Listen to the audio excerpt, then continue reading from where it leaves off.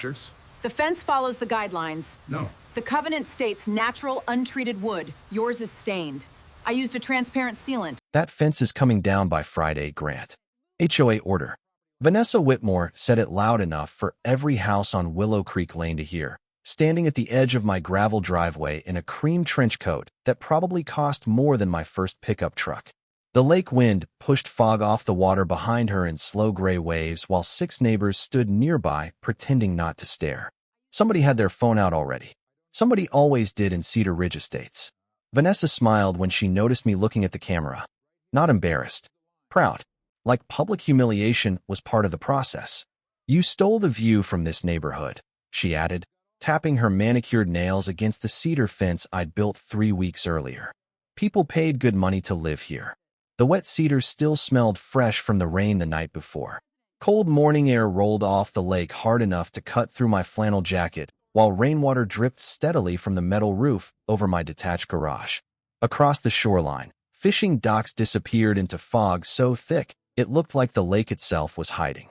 I took a slow sip from my coffee thermos and watched Vanessa perform for the cul-de-sac like she was running a courtroom she already owned.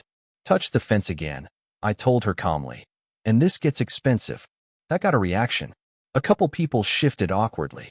One of the realtor women standing behind Vanessa stopped smiling. But Vanessa just laughed softly through her nose. That polished HOA laugh. The kind designed to make you feel small in front of other people. Threatening me now? She asked. No, I said. Warning you. Around us, engines idled in driveways. Pickup trucks warming up for work. Rain tapping metal gutters. Somewhere down near the muddy shoreline, a loose dock cable clanged rhythmically against a pole in the wind. Nobody spoke for a second. That silence felt heavier than shouting. Vanessa leaned closer like we were sharing a secret.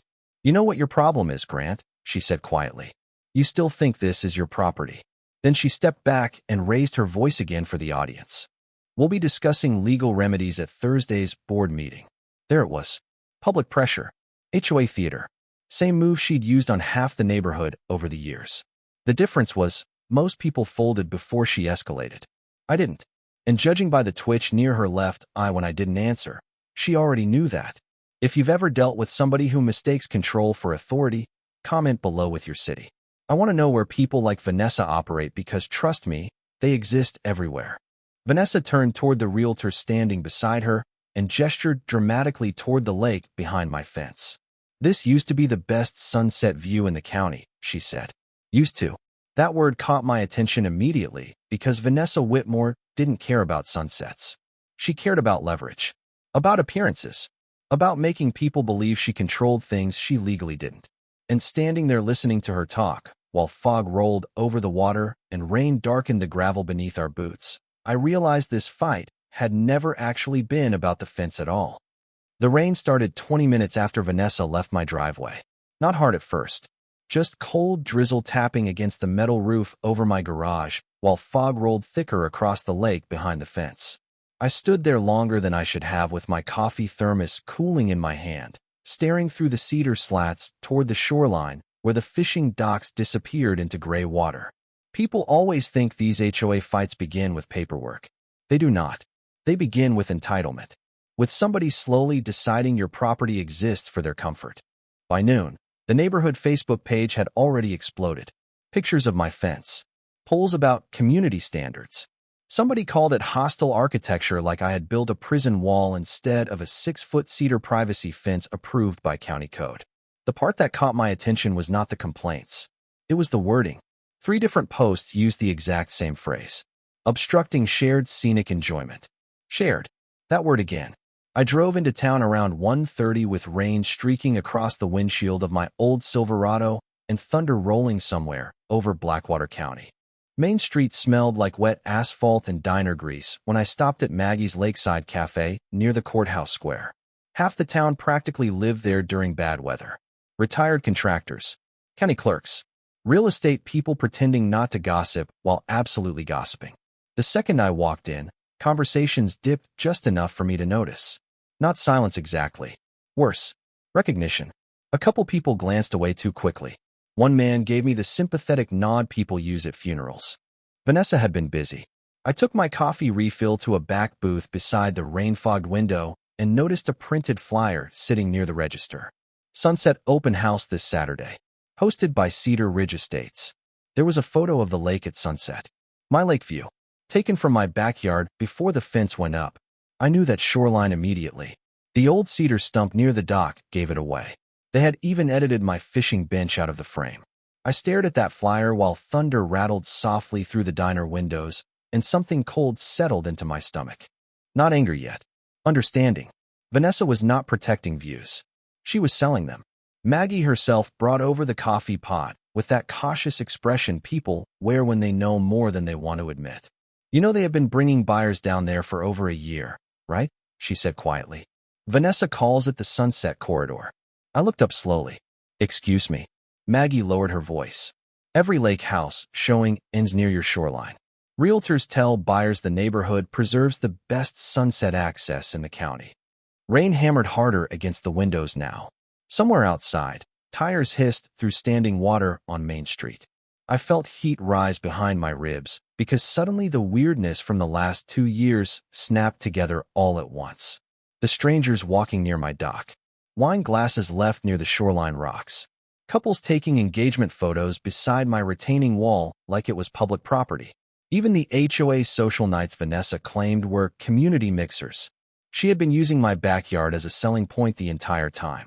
Without asking, without permission, Maggie leaned closer across the booth.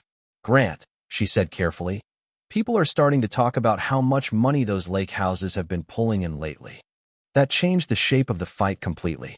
Not neighbor drama, not aesthetics. Money, real money. And judging by the tension tightening across Cedar Ridge already, I had the feeling Vanessa Whitmore was about to discover the difference between neighborhood influence and actual property rights. Thursday morning came in cold and ugly. Fog pressed low over Blackwater Lake, so thick the shoreline looked erased, and rainwater rolled in thin streams down the cedar fence behind my house, while wind rattled the loose chain on my dock. I barely slept the night before. Every time thunder rolled across the county, I kept replaying Maggie's words in my head. Sunset Corridor. The more I thought about it, the more personal it felt.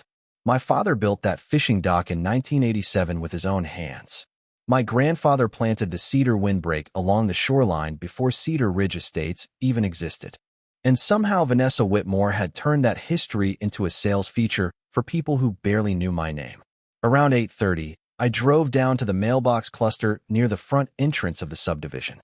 The second I stepped out of my truck, conversation stopped. Not subtle either. 3 women near the bulletin board glanced away so fast, it almost looked rehearsed. One man loading golf clubs into his SUV gave me a tight nod, but would not hold eye contact. That was new. Fear had entered the neighborhood. Not fear of me. Fear of choosing sides. Then I saw the notices. Bright yellow papers taped directly beside the community announcements. Emergency HOA review meeting regarding unauthorized fence construction. My property address sat there in bold print like a criminal charge. Vanessa had not even waited for Thursday night. She wanted public pressure before the meeting started. I pulled one down and folded it carefully into my jacket pocket, just as a silver Lexus rolled into the lot. Vanessa stepped out wearing dark sunglasses despite the rain and carrying one of those oversized leather folders she liked using at meetings because it made her look official. She spotted the notice in my hand and smiled immediately. Calm. Controlled. Predator calm. Grant, she said pleasantly, like we were old friends running into each other at church. I hope you are prepared to be reasonable tonight. Rain dripped from the mailbox awning between us while cold wind carried the smell of wet cedar off the lake. Reasonable about what? I asked. Community access, she replied. You are creating unnecessary hostility over a shared amenity. Shared again. That word was becoming a tell. Your buyers seem to enjoy the amenity just fine, I said quietly. Her expression shifted for half a second. Tiny crack. Tiny pause. Then the smile returned stronger than before. Careful, she said softly. You do not want to start making accusations you cannot prove. That confirmed it for me more than any document could have. Vanessa did not deny it. She just wanted me uncertain. That was her whole strategy. Social intimidation dressed up as professionalism. Before I could answer, another SUV pulled in beside us. 2 younger couples stepped out carrying umbrellas and looking confused. One of the women glanced toward the lake road and asked Vanessa, "Is this where the sunset tour starts?" Vanessa froze, barely noticeable unless you were watching closely. Then she laughed too quickly. "Not today," she said. "Private matter." The couples looked disappointed. One man actually glanced at my fence line down the hill and muttered, "That is the property from the brochure, right?" Nobody spoke for a second after that. Just rain tapping metal mailboxes and tires hissing across wet pavement nearby. Vanessa's jaw tightened behind the smile. Public embarrassment had finally entered the room. Small but real. She leaned toward me one last time before walking away. "Tonight will go very badly for you," she said quietly. I watched her heels click across the pavement toward her Lexus, while those couples kept staring toward the lake like they had just realized somebody sold them a story instead of a neighborhood. And standing there in the cold rain with thunder rolling over the water behind us, I started understanding something dangerous about people like Vanessa Whitmore. The second they lose control of the narrative, they start making mistakes. By 7 that evening, the rain had turned mean. Wind shoved lake fog across Cedar Ridge in thick bands that swallowed porch lights and blurred headlights crawling toward the clubhouse parking lot. Water dripped steadily from the metal awning outside the HOA building while residents hurried through the storm, holding umbrellas low against the gusts. Nobody lingered. Nobody chatted like they normally did before meetings. The whole neighborhood felt tight and nervous, like everyone sensed something had shifted, but nobody wanted to say it out loud yet. I sat in my truck for a minute listening to rain hammer the roof and watching condensation crawl slowly across the windshield. My father used to tell me that property fights were never about land. They were about ego, about who got to decide where somebody else stood. Looking at that clubhouse glowing through the fog, I realized Vanessa had spent years turning Cedar Ridge into a place where people asked permission to exist. And tonight, for the first time, somebody had pushed back publicly. The second I walked inside, conversations dipped again. Same thing as the diner earlier, except worse now. More personal. Folding chairs filled the room in uneven rows while the smell of burnt coffee and wet jackets hung in the air. Residents avoided eye contact so aggressively, it almost became eye contact. Near the back wall, 2 realtors stood whispering beside the refreshments table. One stopped talking the moment she saw me. Vanessa sat at the front beneath fluorescent lights with her leather folder open neatly beside a stack of printed notices. Calm smile. Perfect posture. Performance mode. But there was tension underneath it tonight. Tiny signs. Her fingers tapping once against the table. Her jaw setting every few seconds when she thought nobody noticed. She opened the meeting with her usual polished voice. Budget updates. Landscaping reminders. Dock maintenance scheduling. Then she pivoted smoothly toward my property like she had been waiting all day for it. "Unfortunately," she said, folding her hands carefully, "certain residents have chosen to disrupt community harmony through unilateral actions affecting neighborhood value." Unilateral actions. Community harmony. Vanessa loved phrases that sounded legal without actually meaning anything. A few people nodded automatically out of habit. Then she projected a photograph of my fence onto the screen behind her. Somebody in the room actually sighed dramatically. Vanessa stood slowly. "For years," she continued, "our lake access experience has remained one of Cedar Ridge's defining features.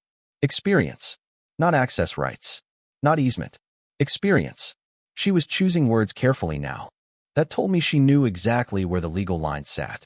Then came the mistake. Buyers specifically choose this neighborhood because of uninterrupted shoreline visibility. Buyers. Realtors near the back wall visibly stiffened. One of them looked down immediately, and suddenly the room felt different. Not angry anymore. Alert. I stood up slowly before Vanessa could continue. "Interesting wording," I said calmly. "Because my property line runs 73 feet beyond the cedar retaining wall near the shoreline." Silence hit the room hard. Rain rattled against the clubhouse windows while thunder rolled somewhere over the lake behind us. Vanessa smiled tightly. "This is not the place for personal interpretations of survey boundaries."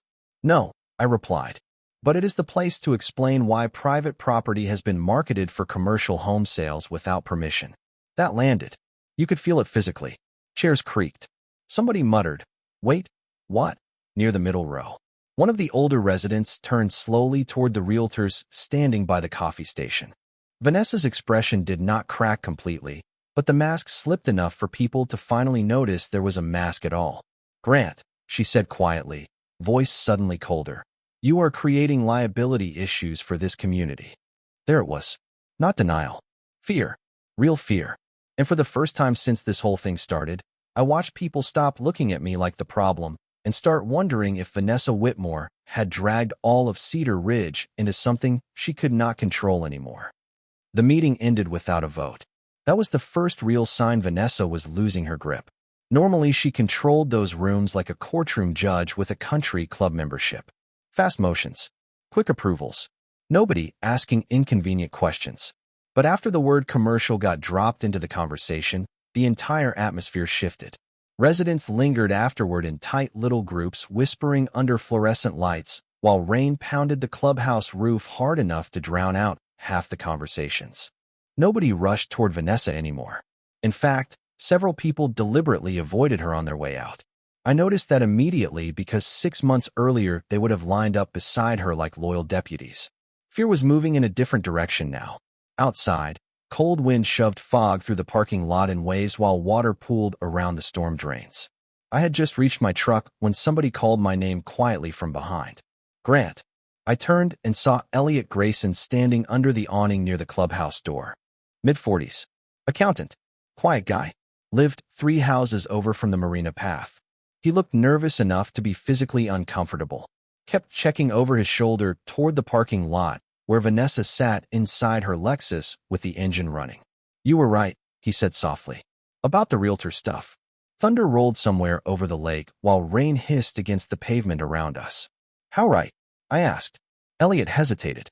Then he pulled folded papers from inside his jacket. "My wife used to help organize open house events for Vanessa before things got weird around here." I took the papers carefully. Printed emails. Event schedules. Realtor coordination lists. Sunset viewing appointments. One line stopped me cold immediately. Private shoreline presentation access arranged through VW. VW, Vanessa Whitmore. Elliot rubbed his forehead hard like he regretted even being there. "She told everybody the shoreline belonged to the association," he said quietly. Most people believed her.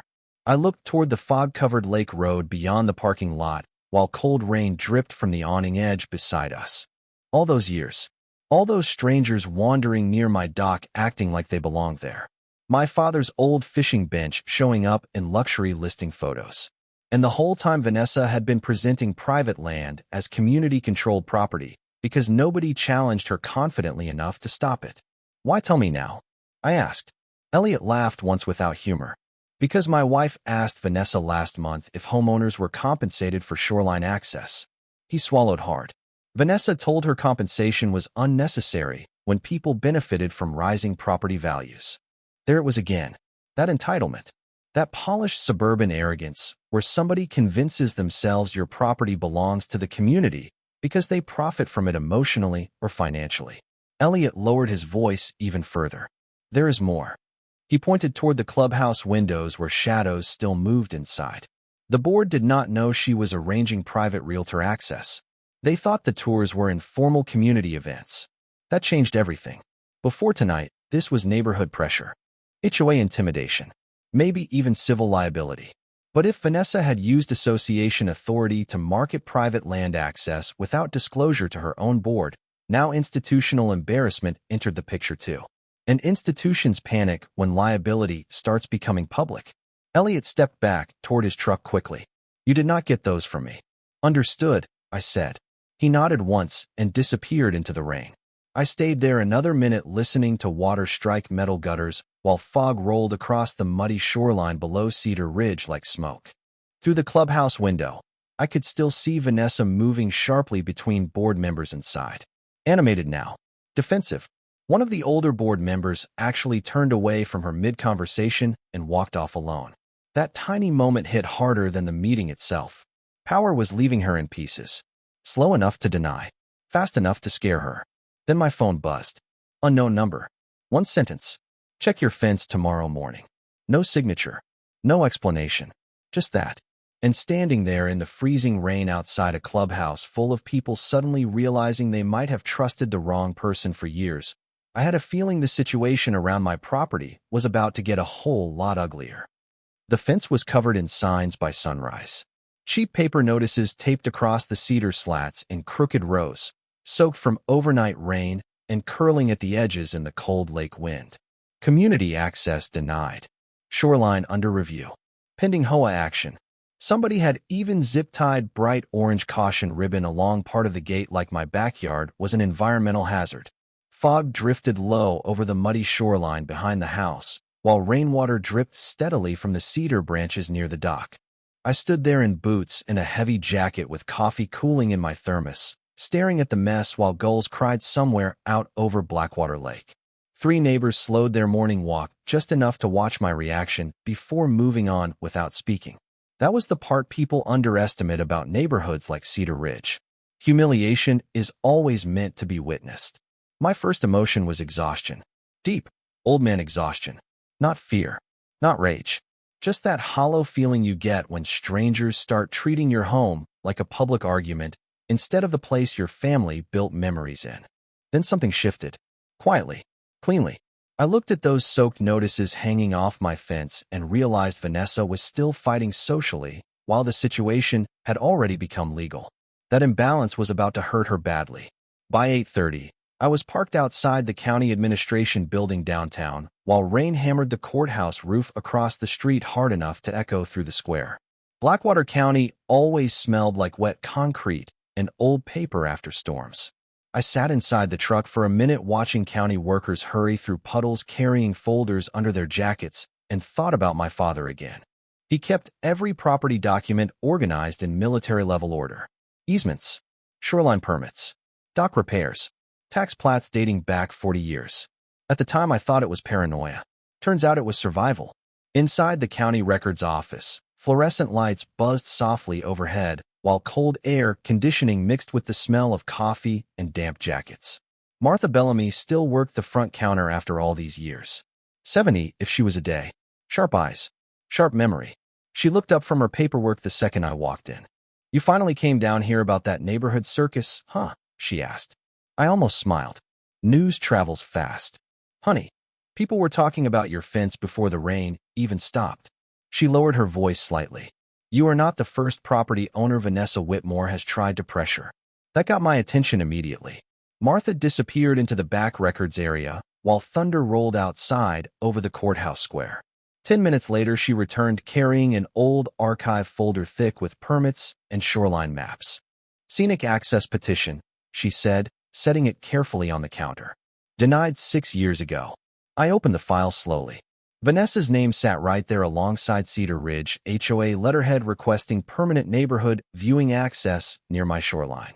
Denied by county zoning because no public easement existed and no homeowner consent had been granted. My stomach tightened instantly. Vanessa had known from the beginning. Every tour, every open house, every pressure campaign about the fence. She already knew legally the shoreline was mine, and liability changes how institutions behave, especially insured ones. By noon, I had copies of every shoreline survey, every denial notice, every permit approval tied to my dock, and retaining wall loaded neatly into a waterproof folder on the passenger seat beside me. Then I made 3 phone calls. One to my insurance carrier, one to a real estate attorney in Millbrook, and one directly to Cedar Ridge HOA's liability insurer listed on the back of their public filings. That last call changed the tone immediately. The woman on the phone went very quiet after I explained unauthorized commercial use of private waterfront property tied to HOA-sponsored activities. "Sir," she said carefully, "has the association been charging for these events?" I looked out through courthouse rain toward the dark lake road disappearing into fog beyond town and answered honestly. "That," I told her calmly, "is exactly what I intend to find out." By Friday afternoon, Cedar Ridge felt like a neighborhood waiting for a storm siren that never stopped humming. Fog sat heavy over Blackwater Lake all day, thick enough to swallow the far fishing docks completely, and cold wind pushed damp cedar smell through every street in the subdivision. People still walked their dogs. Kids still rode bikes near the marina entrance. But conversations changed the second certain names came up. Mine used to be the uncomfortable subject. Not anymore. Around 4 o'clock, I stopped at Maggie's Lakeside Cafe again after meeting with the attorney in Millbrook. The diner had that same rain-soaked silence hanging over it, coffee cups clinking too loudly in half-empty booths while thunder rolled low outside over the courthouse square. The moment I walked in, two men near the counter stopped talking mid-sentence. Then one of them nodded toward me and muttered quietly, "That is him." Not angry, not mocking, curious. That was new. Maggie slid fresh coffee in front of me before I even sat down. "Busy day for your neighborhood," she said carefully. I looked at her over the steam. "How busy?" She gave me a long look first, almost deciding whether to say it. 3 homeowners called asking if they can legally be held responsible for association lawsuits. I leaned back slowly against the booth. Liability fear had spread faster than gossip. That always happens once money and insurance get involved. People tolerate neighborhood drama. They do not tolerate threats to retirement savings and lakefront property values. Near the front windows, I noticed 2 Cedar Ridge residents pretending not to stare at me while whispering over pie plates. One finally said louder than she meant to, "Vanessa told everybody the county approved those shoreline tours." Silence followed immediately after that. Real silence. The kind where people suddenly realize they are discussing someone dangerous in public. Maggie wiped down the counter slowly. "Nobody likes feeling lied to," she said. Outside, rain hammered against parked trucks while fog rolled across Main Street in gray sheets. My phone buzzed again. This time it was Elliot. One sentence. "Check the HOA Facebook page now." I opened it right there in the booth. Somebody had uploaded screenshots from old realtor listings. My shoreline visible in half of them. One post included promotional language directly claiming exclusive community sunset access. The comments underneath had already turned ugly. Residents demanding explanations. Questions about liability. Questions about unauthorized property use. One comment simply read, "Did Vanessa know this was private land?" Nobody answered it. That silence answered enough by itself. Then came the part one never expected. A new post appeared while I was still watching the page refresh. Linda Mercer, one of Vanessa's closest social allies for years, publicly resigned from the HOA Events Committee. Her statement was only 3 sentences long, but it landed like dynamite. "I was unaware private homeowner property was being used in promotional activities without written permission. I no longer feel comfortable representing Cedar Ridge publicly." I stared at the screen while thunder rattled the diner windows hard enough to shake silverware. Vanessa Whitmore had spent years building authority through appearances, through social control, through making people afraid to embarrass her publicly. And now the humiliation was happening where she had the least control over it, in front of the entire community. By sunset, residents were already avoiding her in real time. I saw it myself driving back through the subdivision.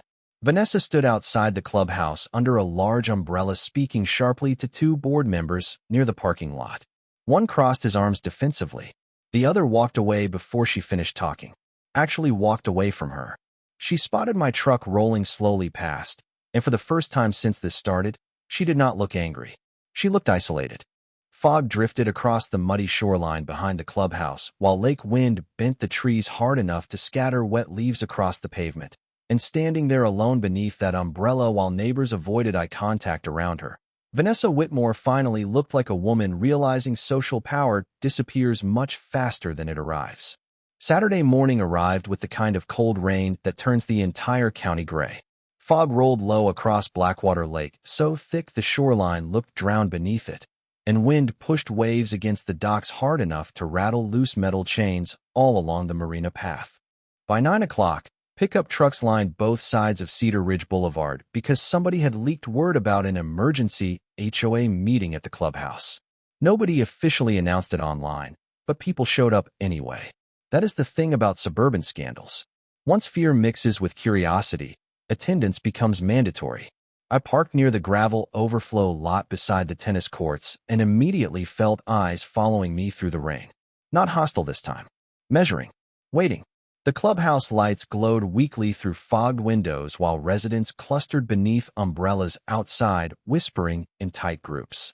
The second Vanessa stepped out of her Lexus, conversations collapsed around her almost instantly. She still wore the polished version of herself. Cream coat, perfect hair, leather folder held tightly against her chest like authority itself might leak out if she loosened her grip. but nobody moved toward her anymore. Not one person. That silence hit harder than yelling ever could. Inside, the atmosphere felt suffocating. Wet jackets steaming in overheated air. Coffee untouched near the refreshment table. Chairs packed tighter than normal because half the neighborhood suddenly cared about HOA procedure now that lawsuits had entered the conversation. Vanessa opened the meeting quickly, voice clipped and strained beneath the surface calm. Misinformation has been spreading regarding association activities, she announced. The board intends to restore order today. Restore order. Not clarify facts. Restore control. Then the clubhouse doors opened again behind me. Every head in the room turned at once. Deputy Sheriff Nolan Briggs walked in beside a woman carrying a county investigation folder under one arm. I recognized her immediately from the administration building. Dana Mercer from County Zoning Compliance. Rainwater dripped from their jackets onto the clubhouse floor while thunder rolled low outside over the lake. Nobody breathed for about 3 seconds. Vanessa actually blinked hard like her brain needed time to catch up. Dana stepped calmly toward the board table. We are here regarding formal complaints tied to unauthorized commercial representation of private shoreline property, she said evenly. The room exploded into whispers immediately. Vanessa stood too fast. This is highly inappropriate, she snapped. This meeting is private. Deputy Briggs answered before Dana could. Not if county liability concerns are involved. That landed like a hammer. One of the board members near Vanessa visibly shifted his chair away from her. Another would not even look in her direction anymore. Dana opened her folder carefully while rain hammered against the clubhouse roof above us. We also have documentation showing prior county denial of scenic access requests connected to this shoreline 6 years ago. There it was. Publicly. Officially. In front of everyone. Vanessa's face lost color so quickly it almost looked painful. That petition was exploratory, she said sharply. Nothing actionable ever occurred. Dana slid listing screenshots onto the table one by one.